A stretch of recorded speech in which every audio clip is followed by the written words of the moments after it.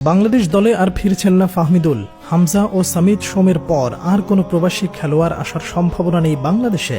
খেলোয়াড়রা চাইলেও দলে জায়গা হচ্ছে না তাদের। সিঙ্গাপুরের বিপক্ষে সামিদকে দলে পাওয়ার সম্ভাবনা নেই বাংলাদেশের। এসব নিয়ে ভিডিওতে থাকবে পুরো বিস্তারিত।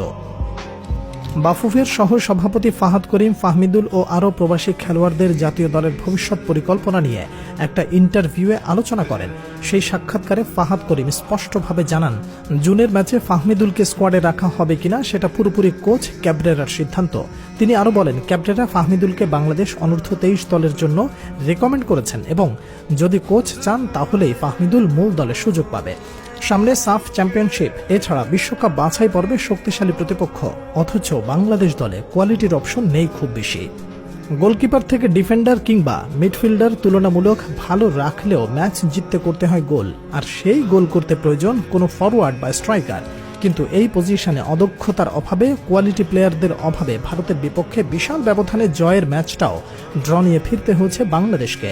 বলা বাহুল্য, ইতালির মতো ফুটবল উন্নত দেশের চতুর্থ টায়ারে ফাহমিদুলের স্কিল, পাসিং, ফিনিশিং বাংলাদেশের টপ টায়ার ফুটবলারদের থেকেও কম নয়।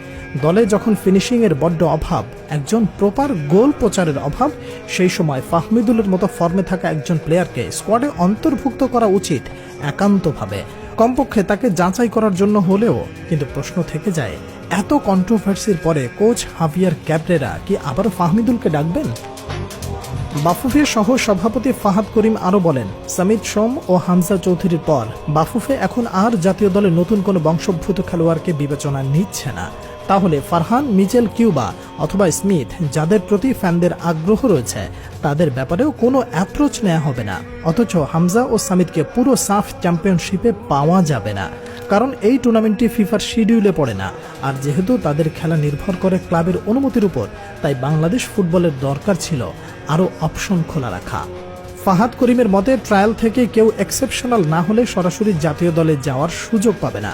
যারা ট্রায়ালে সিলেক্টেড হবে তাদেরকে অনূর্ধ্ব 23, অনূর্ধ্ব 19 ও অনূর্ধ্ব 17-র মতো বয়সভিত্তিক দলগুলোতে যাচাই করা হবে। কিন্তু দেশের ফুটবল যেখানে হারানো ঐতিহ্য ফিরে পাবার দ্বার প্রান্তে, এই অবস্থায় অন্তত সাফের মতো টুর্নামেন্টে কিছু নতুন মুখ সুযোগ দেওয়া উচিত ছিল, যাতে ভবিষ্যতের জন্য একটা স্কোয়াড ডেপথ এবং পাইপলাইন তৈরি করে রাখা যায়।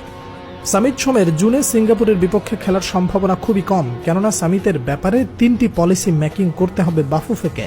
প্রথমত নিবন্ধন পাসপোর্ট, দ্বিতীয়ত কানাডার এনওসি এবং তৃতীয় ফিফার এনওসি। প্রথম দুইটা খুব সহজে পেলেও ফিফার এনওসি পেতে দেরি হবে বাফুফের, আর তাই সামিতের লাল সবুজের জার্সি গায়ে মাঠে নামা কিছুটা পিছিয়ে যেতে পারে।